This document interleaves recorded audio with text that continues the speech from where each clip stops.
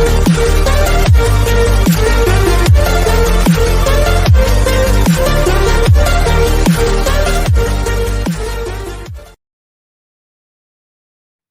Friends, हम इस video में स्टडी करेंगे छोटी आंत।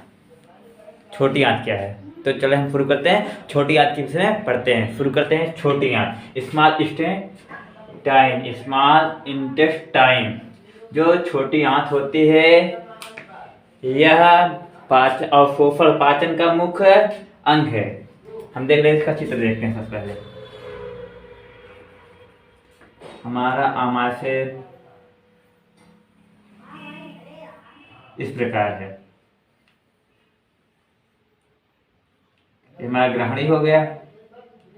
उसके बाद यहाँ पर बड़ी आंत।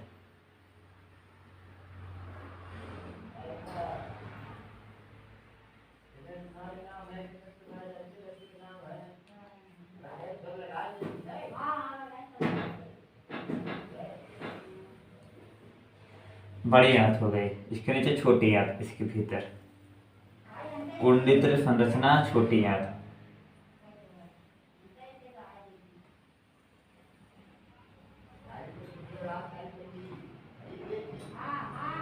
ये हमारा छोटी आंत है।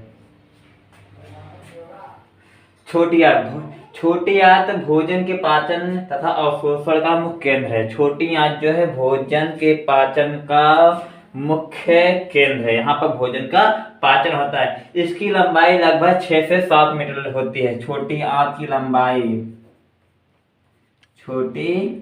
आंत की लंबाई 6 से 7 मीटर होती है। इसकी लंबाई कितनी?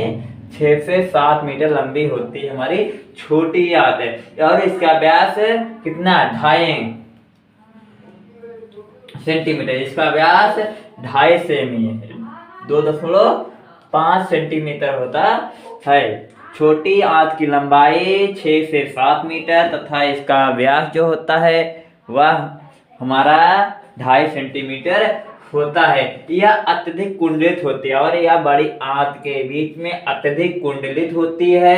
इसके अधिकतर भाग रसांकुर पाए जाते हैं। इसमें जो है इसके अधिकतर भाग में रसांकुर पाए जाते हैं। छोटे छोटे उभार रसांकुर जिन्हें कहते हैं, विलाई कहते हैं। छोटी आंत में छोटे छोटे रसांकुर पाए जाते हैं जो भोजन के पाचन तथा अवशोषण के लिए सहायता प्रदान करते हैं।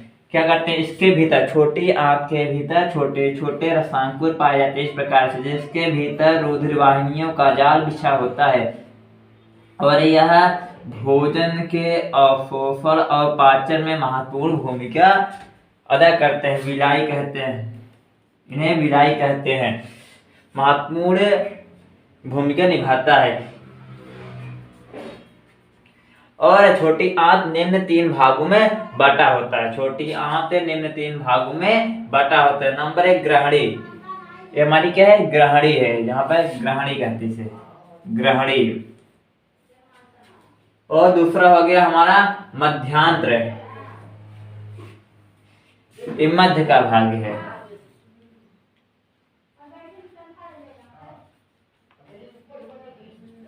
इसे कहते हैं मध्यांत्र कहते हैं। उसके बाद शेषांत्र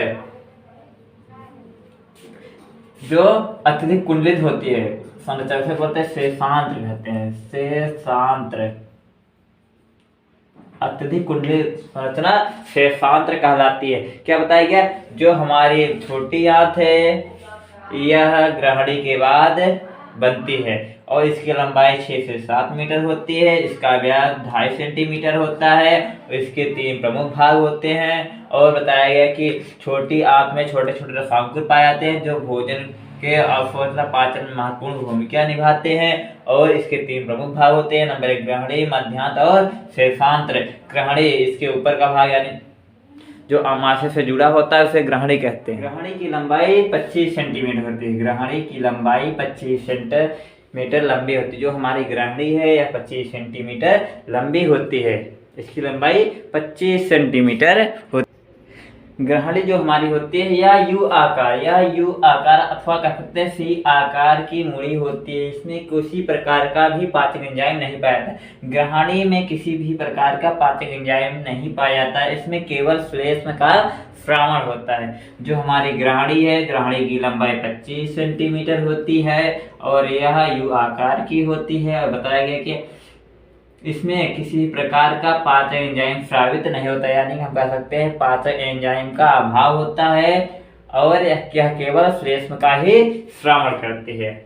तो अब देखते हैं मध्यांत्र। मध्यांत्र क्या है? नीचे की ओर ग्रहणी मध्यांत्र में खुलती है। नीचे की ओर ग्रहणी जो है मध्यांत्र में खुलती है। यहाँ पर हमारी क्या करती है? ग्रहणी नीचे की तरफ मध्यांत्र में खुलती है, जो लगभग 2.4 यानी कहते हैं 2.4 मध्यांत्र की लंबाई क्या है? 2.4 सेंटीमीटर लंबी होती है। मध्यांत्र में बताया गया कि यह 2.4 मीटर लंबी होती है। 2.4 मीटर, इसकी लंबाई 2.4 मीटर होती है तथा इसका व्यास 4 सेमी होता है। और इसका व्यास कितना होता है? 4 सेमी, यानी 2 और इसका रेडियस कितना होता है? 4 सेमी। जो हमारा मध्यांत्र है यह ग्रहणी के नीचे अगले भाग में खुलती है और इसकी लंबाई 2.4 मीटर होती है और इसका व्यास 4 सेंटीमीटर होता है। अब देखते हैं शेषांत्र, देखते हैं। ये हमारा कुंडलित हुआ, कुंडलित भाग देखते हैं। कुंडलित भाग को देखते हैं। जो हमारा मध्यांत्र होता है यह लगभग कितने, यानी जो हमारा शेषांत्र है यह 3.4 मीटर लंबा होता है। 3.4 मीटर लंबा होता है। जो छोटी आंत का अंतिम हिस्सा होता है, जो छोटी आंत का अंतिम हिस्सा होता है, यानी बताया गया पहली बार ग्रहणी है, ग्रहणी की लंबाई कितनी है? 25 सेंटीमीटर। उसके बाद मध्यांत्र जिसकी लंबाई 2.4 मीटर, व्यास है 4 सेंटीमीटर और इस शेषांत की लंबाई 3.4 मीटर। यह हमारी छोटी आंत का अंतिम भाग होता है। जो हमारा शेषांत होता है यह छोटी आंत का अंतिम सिरा होता है, हिस्सा होता है।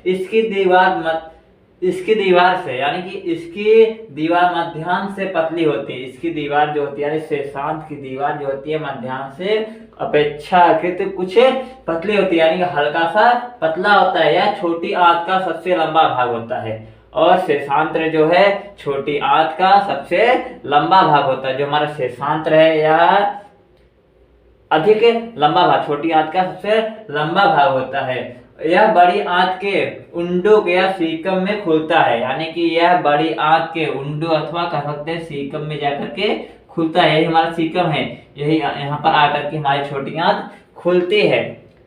शेषांत जो है यह बड़ी आंत के उंडोक में जाकर के खुलती है या सीकम में जाकर के खुलती है। छोटी आंत के इस भाग में रसांकुर उपस्थित होते हैं। छोटी आंत के इस भाग में, छोटी आंत के इस भाग में यानी शेषांत भाग में रसांकुर उपस्थित होते हैं, जो कि पचे हुए भोजन का अवशोषण कई गुना बढ़ा देते हैं।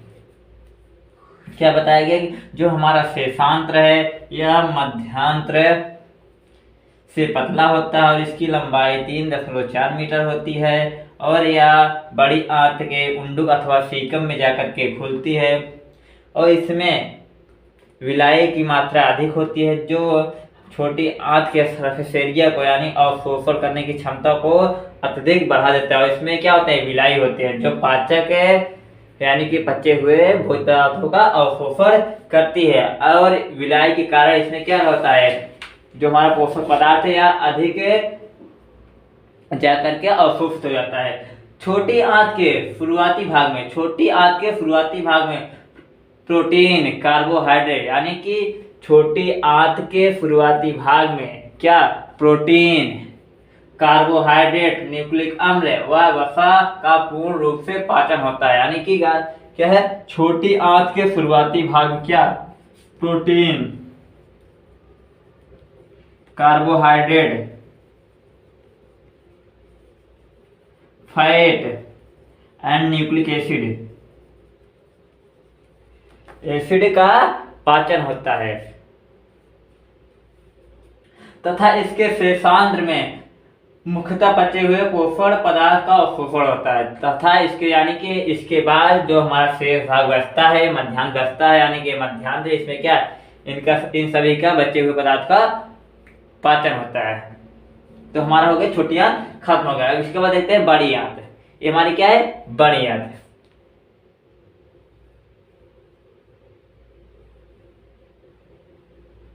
ये हमारा क्या है, बड़ी आंत है। इसको हम बड़ी आंत के विषय में देखते हैं।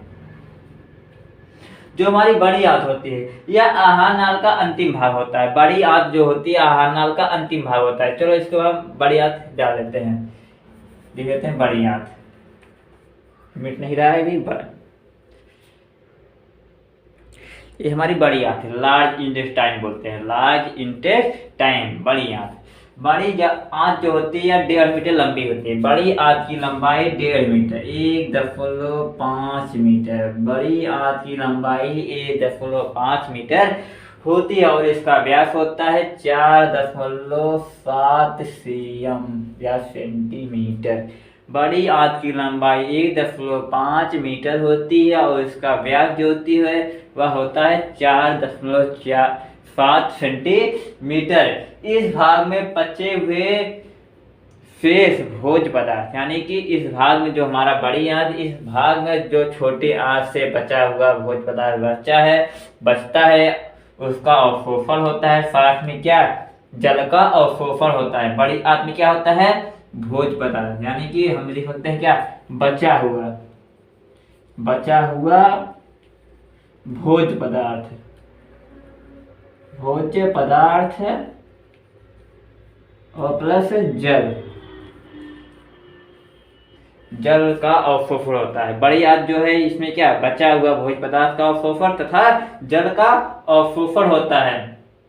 और साथ में अपचत, यानी कि और इसके साथ ही जो अपचा हुआ भोज्य पदार्थ होता है, जो पचता नहीं, यानी अपचे भोज्य पदार्थ को शरीर से बाहर निकाल जाता है इसी भाग से ही, यानी कि हमारे क्या है, मलाशय है,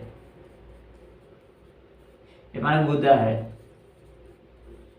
क्या बताएगा कि जो इसमें भोज्य पदार्थ बचा होता है, यानी अपचा भोज्य पदार्थ बचा होता है, यह बड़ी आंत के द्वारा ही बाहर निकाल दिया जाता है, यानी कि मलाशय में आकर एकत्र हो जाता है और गुदा द्वारा बाहर निकाल दिया जाता है। और इसके क्या, इसमें 3 प्रमुख भाग होते हैं। जो हमारी बड़ी आंत होती है इसके 3 प्रमुख भाग होते हैं। कौन कौन, उंडुक या सीकम, नंबर 2 और कोलन है, और तीसरा मलाशय है, कोलन मलाशय।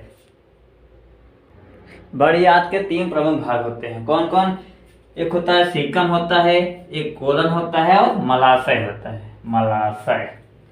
सीकम, कोलन और मलाशय। हम देखते हैं क्या सीकम क्या है, हमारा सीकम है। तो ये सीकम क्या है, जो हमारे सीकम होती है यह 5 से 8 सेंटीमीटर लंबी होती है। इसकी लंबाई 5 से 8 सेंटीमीटर, सीकम की लंबाई 5 से 8 सेंटीमीटर होती है। छोटी आंत तथा बड़ी आंत के मिलने के स्थान पर एक अंगुली सदृश नलिका जुड़ी होती है। छोटी आंत और बड़ी आंत के मिलने के स्थान पर एक अंगुली जैसी फिंगर लाइक स्ट्रक्चर होती है, अंगुली जैसी सदृश संरचना होती है, जिसे हम बोलते हैं क्रीम रूप परिशेषिका।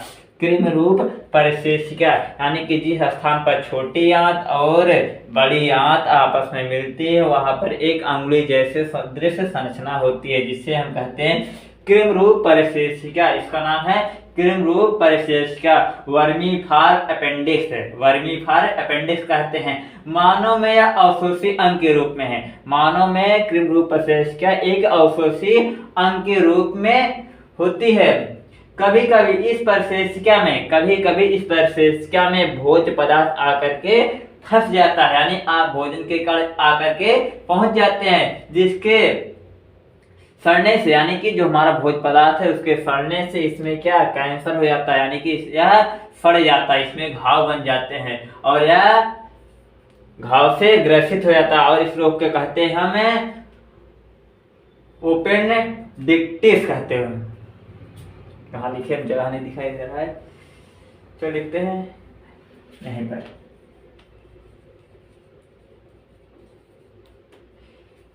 एपेंडिक्टिस, इस रोग को कहते हैं एपेंडिक्टिस, यानी क्रीम रूप परिशेषिका में जब सड़न हो जाता है तो इस रोग को हम क्या कहते हैं, एपेंडिक्टिस कहते हैं। एपेंडिक्टिस या अपेंडिक्स कह के काम चला लेते हैं, यानी कि कभी कभी भोज्य पदार्थ आकर के हमारे क्रीम रूप परिशेषिका में फंस जाता है, भोजन के आकर के फंस जाते हैं, तो भोजन के कण सड़ने के साथ साथ ही कृमि रूप परिसेचका में फलन हो जाता है और इस रोग को कहते हैं अपेंडिक्टिस कहते हैं, या कहते हैं इसे अपेंडिक्स भी कहते हैं।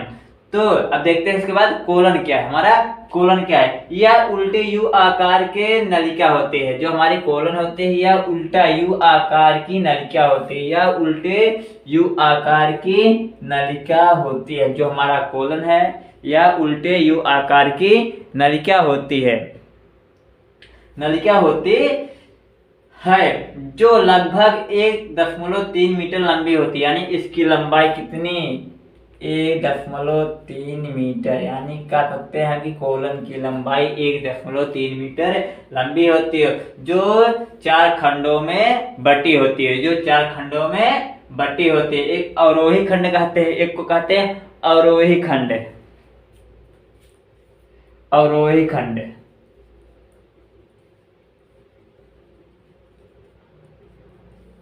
और दूसरों कहते हैं हमें अनुप्रस्थ खंड।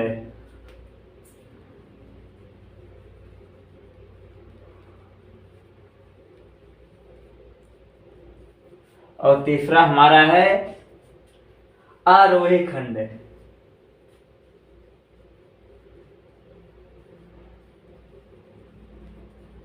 आरोही खंड। और चौथा हमारा है सिग्मामाइड खंड, सिग्माइड खंड। जो हमारा कोलन होता है यह 4 खंडों में बटा होता है, अवरोही खंड, अनुप्रस्थ खंड, आरोही खंड और सिग्माइड खंड। कोलन जगह जगह पर फूला रहता है, यानी जो हमारा कोलन है यह जगह जगह पर फूला रहता है, इसी प्रकार से फूला रहता है। इससे बोलते हैं हास्ट्रा कहते हैं, इसे कहते हैं हास्ट्रा। हास्ट्रा, इस फूले हुए स्थान को बोलते हैं हास्ट्रा। हास्ट्रा, HAUSTRA,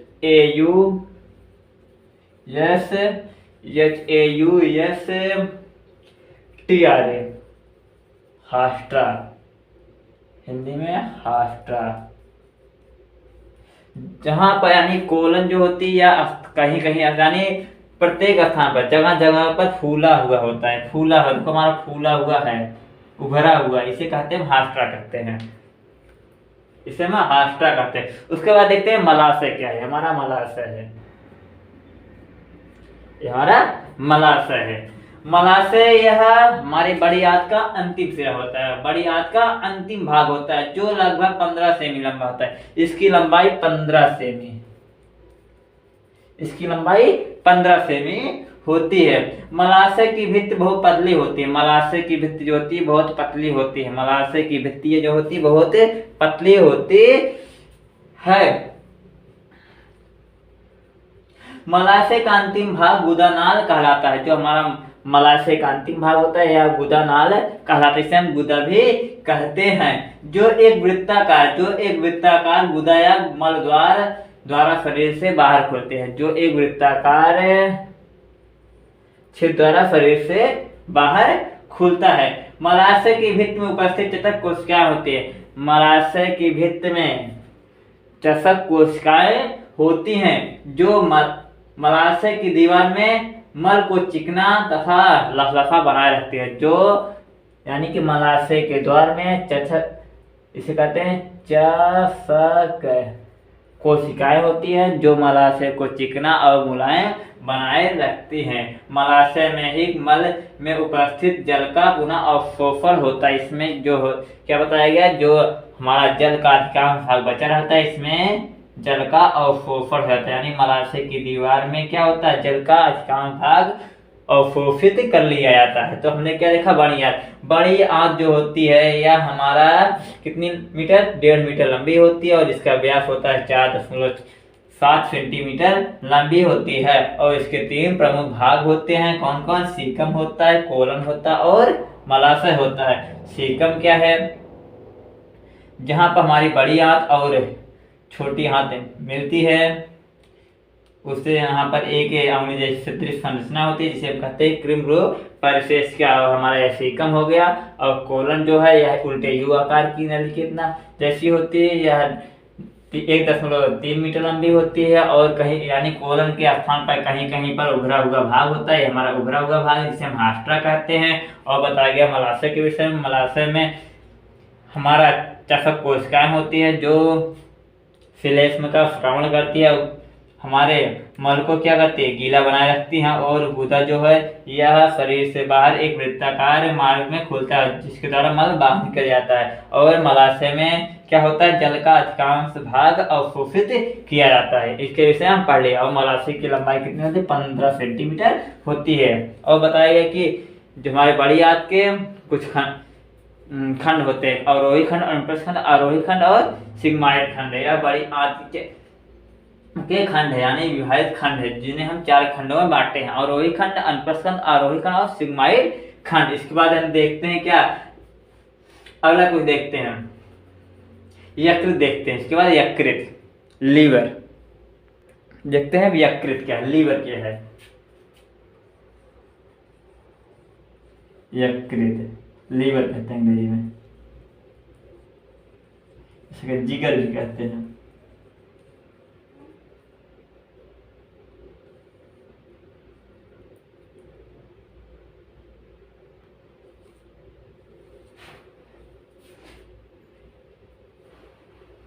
यकृत जो है मानव शरीर का सबसे बड़ा अंग होता है। यकृत जो है मानव शरीर का सबसे बड़ा अंग होता है। इसका भार लगभग 1500 ग्राम होता है, 1500 ग्राम।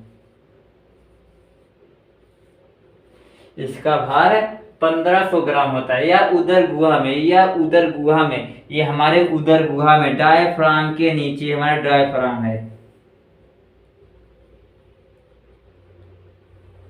डायफ्राम के नीचे स्थित होता है हमारा यकृत जो है, उदर गुहा में डायफ्राम के नीचे स्थित होता है। और इसमें यानी कि यकृत जो हमारे 3 पालियों में बटा होता है, जिन्हें हम कहते हैं गिल्सन संपुट कहते हैं, जिन्हें हम गिल्सन संपुट कहते हैं। चलो हम चित्र बनाते हैं इसका, यकृत का। ये हमारा यकृत हो गया, ये हमारा पित्ताशय है।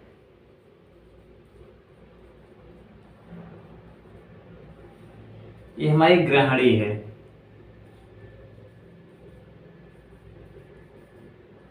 ये अग्नाशय,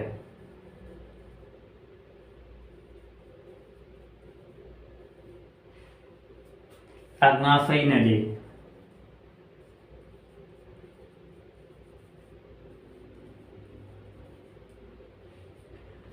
यकृत, यकृत हो गया। और हमारा यह पित्ताशय बना लिया हमने। पित्त नली है हमारी, हमारी पित्त नली।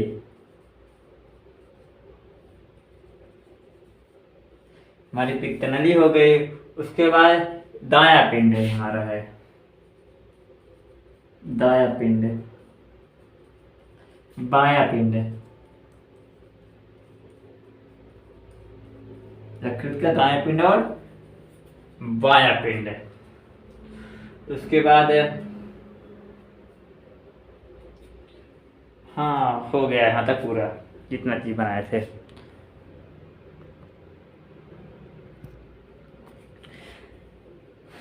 यकृत का दाया पिंड, बाया पिंड, पित्ताशय, पित्त नली, ग्रहणी, अग्नाशय नली और अग्नाशय। इसे हम पास करके जूम करके दिखा देते हैं।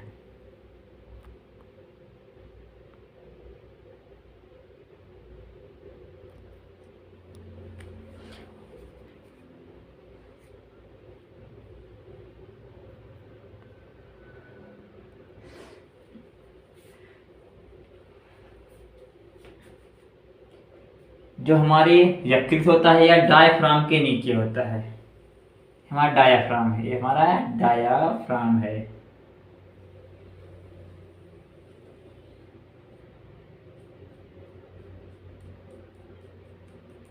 डायफ्राम, डायफ्राम के ऊपर फेफड़ा हमारे, उसके डायफ्राम के नीचे हमारा आमाशय हो गया, यकृत हो गया, ये सब स्थित होते हैं। जो यकृत होता है यह मानव शरीर का सबसे बड़ा भाग होता है, बड़ा अंग होता है। इसका भार कितना होता है, 1500 ग्राम। इसका भार 1500 ग्राम होता है। इसका हम भार कहते हैं 1500 ग्राम का होता है। यह डायफ्राम के नीचे आमाशय के ऊपर स्थित होता है। मनुष्य के यकृत के 3 पाली होती है। मनुष्य के यकृत में 3 पालियां होती हैं। हम कहते हैं मनुष्य का हृदय और 3 पालियों में बटा होता है। यकृत के पिंड अनेक बहुभुजी पिंडकों से बने होते हैं। इनका जो पिंड है अनेक बहुभुजी पिंडों से बने होते हैं, जिसे हम कहते हैं ग्लीसन संपुट कहते हैं। इन्हें हम ग्लीसन संपुट मतलब क्या, जो हमारा यकृत है इसमें बहुत सारे छोटे छोटे खंड होते हैं जिसे हम ग्लीसन संपुट कहते हैं। यानी कि हमारा जो यकृत है यह पालियों में बटा होता है। प्रत्येक पाली ग्लीसन संपुट कहलाते हैं। प्रत्येक खंड ग्लीसन संपुट कहलाते हैं। इन पिंडकों से जो हमारा ये पिंडक है, जो हमारा बटे हुए पिंडक हैं, इनमें क्या होता है, यकृत कोशिकाओं का निर्माण होता है। यकृत कोशिकाओं का निर्माण होता है। हमारे जो यकृत की पालियां हैं इसमें यकृत कोशिकाओं का निर्माण होता है, जिससे पित्तरस का श्रावण होता है। और हमारी जो कोशिकाएं होती हैं वे पित्तरस का श्रावण करते हैं। हम कह सकते हैं जो हमारी यकृत की कोशिकाएं होती हैं यानी ग्लीसन संपुट के भीतर यकृत की कोशिकाएं पित्तरस का श्रावण करती हैं या पित्त का निर्माण करती हैं। यह पित्त जो हमारा पित्त होता है यानी पित्त इनमें स्थित थैली नुमा संरचना में एकत्र हो जाती है। बाद में जो हमारा पित्त होता है यकृत कोशिकाओं में बन करके पित्ताशय यानी एक थैली नुमा संरचना जिसे कहते हैं पित्ताशय, इसमें आकर के पित्त एकत्र हो जाता है। इनमें पाचन एंजाइम नहीं होते हैं जो हमारी यानी कि पित्ताशय में पाचन एंजाइम का अभाव होता है, फिर भी भोजन के पाचन में इनकी महत्वपूर्ण भूमिका होती है। पाचन के क्रिया में पित्त का यानी जो हमारा पित्त होता है पाचन की क्रिया में बहुत अधिक महत्वपूर्ण भूमिका निभाता है, क्योंकि जो कुछ एंजाइम ऐसे होते हैं जो केवल क्षारीय माध्यम में ही कार्य करते हैं। यानी कि हम कह सकते हैं कि जो हमारा पित्ताशय यानी पित्त है यह क्षारीय होता है और कुछ एंजाइम क्षारीय माध्यम में ही कार्य करते हैं। अब देखते हैं यकृत के कौन कौन से कार्य है। तो हमने पढ़ा कि यकृत क्या है। यकृत हमारे आमाशय के ऊपर स्थित होता है और डायफ्राम के नीचे स्थित होता है। इसका भार 1500 ग्राम होता है और इससे क्या यकृत होता है। यकृत 3 पालियों में बटा होता है, धायापिंड बाह्यपिंड और हमारे यकृत हो गए। और यकृत जो पालियों में बटा होता है उन्हें कहते हैं ग्लीसन संपुट कहते हैं। ग्लीसन संपुट में कोशिकाएं होती हैं जिन्हें हम यकृत कोशिकाएं कहते हैं। यकृत कोशिकाएं पित्त का श्रावण करती है और एक थैलीनुमा संरचना में एकत्र होती है जिसे हम पित्ताशय कहते हैं। और जो हमारा पित्त होता है यह भोजन को पचाने में अत्यधिक महत्वपूर्ण भूमिका निभाता है। अब देखते हैं यकृत के कार्य। यकृत के कौन कौन से कार्य है। ये हमारा डायग्राम है यकृत का। यकृत के कार्य को देखते हैं हम। यकृत के कार्य, यकृत के कौन कौन से कार्य हैं इन्हें हम देखते हैं क्या नंबर 1 करके।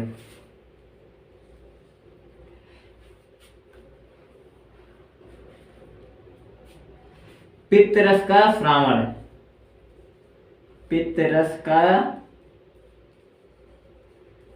श्रावण जो यकृत की कोशिकाएं होती हैं पित्त का निर्माण करती हैं और यानी कह सकते हैं पित्त रस का श्रावण करती हैं, पित्त रस का निर्माण करती है। और दूसरा हमारा है हिपैरिन।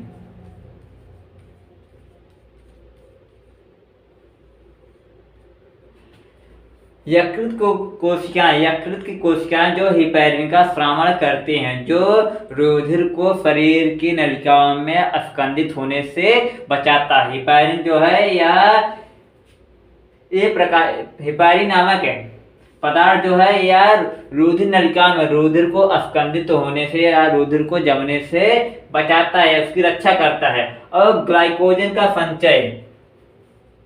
तीसरा क्या है हमारा ग्लाइकोजन का संचय।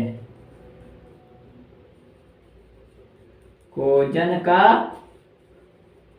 संचय यकृत के करता है। जो हमारे शरीर में अत्यधिक मात्रा में ग्लूकोज जो होता है उसे ग्लाइकोजन के रूप में बदल देता है और इसे रुधिर में छोड़ देता है। क्या करता है, यकृत की कोशिकाएं जो होती हैं अधिक ग्लूकोज को ग्लाइकोजन में एकत्र करके यानी यकृत में एकत्र कर लेते हैं। ग्लूकोज को ग्लाइकोजन के रूप में परिवर्तित करके यकृत कोशिकाएं का संचय करते हैं, उसका एक स्थान पर रखते हैं। और देखते हैं क्या, वसा संश्लेषण। चौथा हमारा है वसा संश्लेषण।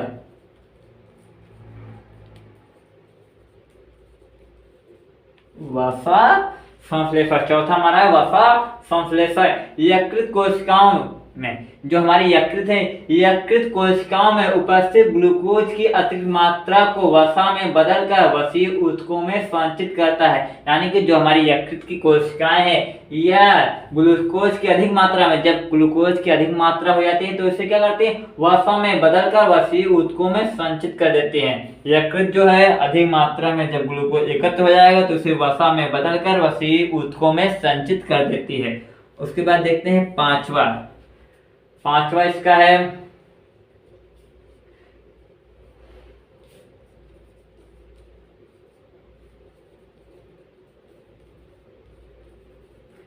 उत्सर्जन।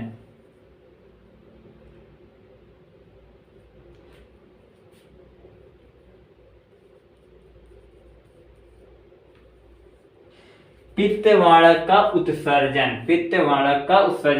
पित्त लवण तथा पित्त वर्णक का उत्सर्जन भी करता है। यानी कि जो बताया गया कि पित्त लवण यानी कि जो पित्त वर्णक, जो हमारा यकृत है, यह पित्त वर्णक का उत्सर्जन करता है। पित्त लवण और वर्णक वास्तव में लाल रुधिर कणिकाओं के उत्सर्जी पदार्थ होते हैं। जो हमारे पित्त वर्णक होते हैं, यह क्या, जो हमारे आरबीसी होते हैं उनसे उत्पन्न उत्सर्जी पदार्थ होते हैं, जिन्हें यकृत रुधिर से छानकर आहार नाल में उत्सर्जी पदार्थों के साथ मानव शरीर से बाहर निकालने में अति महत्वपूर्ण भूमिका निभाता है। यकृत जो है हमारा पित्तवर्णक जो है, यह रुधिर यानी लाल रुधिर कणिकाओं का क्या उत्सर्जी पदार्थ होता है, जो अमाशय में पहुंचाता है। इसका मुख्य कार्य भी है। यूरिया का संश्लेषण। यूरिया का संश्लेषण।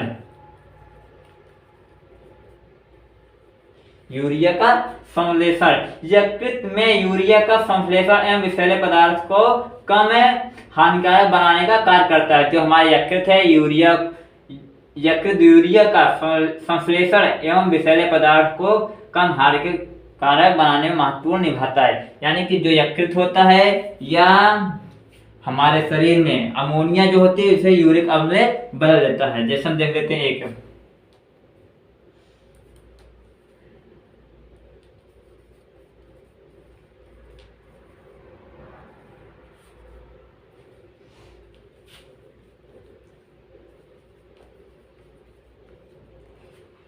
देख लेते समीकरण अपना NH2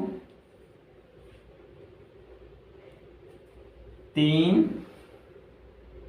दूनी 6 2 दूना 4 हो गया। एक से इधर भाग लिया, एक इधर बचा हमारा H2O। जगह समीकरण देखो, N एक N 3 दूने 6 2 2 4 2 6 ऑफ कार्बन 1 ऑक्सीजन 2 भाग। देखो जो हमारे शरीर में अमोनिया है और कार्बन डाइऑक्साइड है, या यकृत इनको ग्रहण करेगा, उसे उत्सर्जी पदार्थ को अमोनिया में, ये हमारे क्या है, अमोनिया है, ये हमारे क्या है, यूरिक अम्ल है, यूरिया, इसे कहते हैं यूरिया। इसे मूत्र के रूप में परिवर्तित कर देता है, यानी यूरिया के रूप में परिवर्तित कर देता है। और सुरक्षा देखते हैं। अगला बात क्या है हमारी,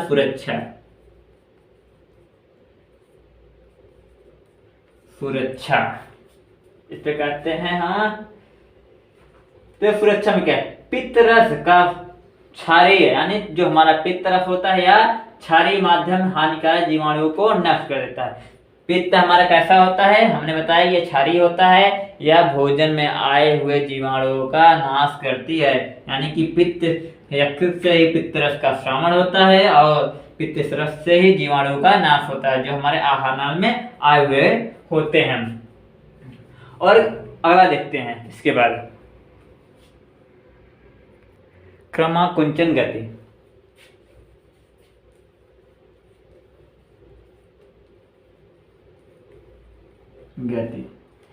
यह आमाशय में क्रमाकुंचन गति को ही उद्दीपित करता है। आमाशय में होने वाली क्रमाकुंचन गति को ही यकृत ही उद्दीपित करता है। और हम देख लेते हैं अगला एक और हमारा अगला एक है रुधिर का थक्का बनाना। रुधिर का थक्का बनाना।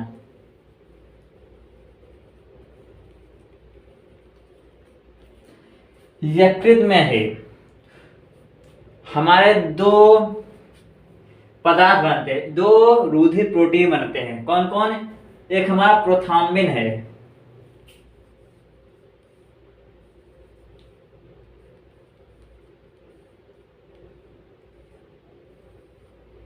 एक हमारा है प्रोथाम्बिन है, और दूसरा हमारा है फाइब्रिनोजन।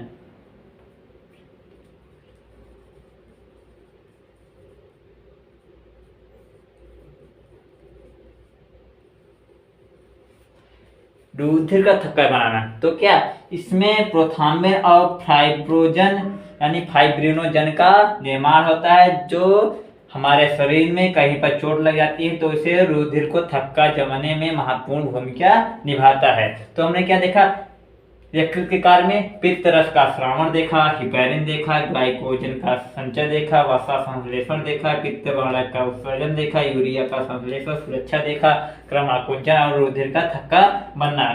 पित्त रस का श्रावण यानी कि पित्ताशय जो हमारे यकृत है पित्त रस का श्रावण करते हैं, पित्ताशय यानी पित्ताशय में पित्त रस का श्रावण करते हैं। हिपैरिन क्या है ये बताया गया, और ग्लाइकोजन का संचय बताया गया, वसा संश्लेषण और पित्त बालक का उत्सर्जन और यूरिया का संश्लेषण सुरक्षा भी देखे हमने, और क्रमाकुंचन गति भी देखे, यानी कि यकृत के द्वारा ही हमारे आमाशय में क्रमाकुंचन गति उत्पन्न होती है, उद्दीपित की जाती है। रुधिर का थक्का जमना, हमारे रुधिर में क्या हमारे यकृत द्वारा प्रोथाम्बिन और फाइब्रिनोजन का निर्माण किया जाता है, जो कहीं पर चोट लगने पर रुधिर को थक्का बनाने में महत्वपूर्ण भूमिका निभाता है। हमने पढ़ लिया पूरा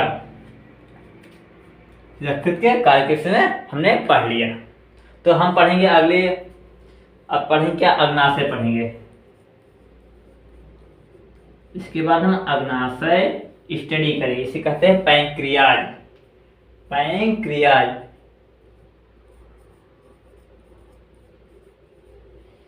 पैंक्रियाज इसे कहते हैं पैंक्रियाज। तो अगला टॉपिक होगा हमारा पैंक्रियाज। अग्नाशय क्या है इसके विषय में स्टडी करेंगे। अग्नाशय क्या है।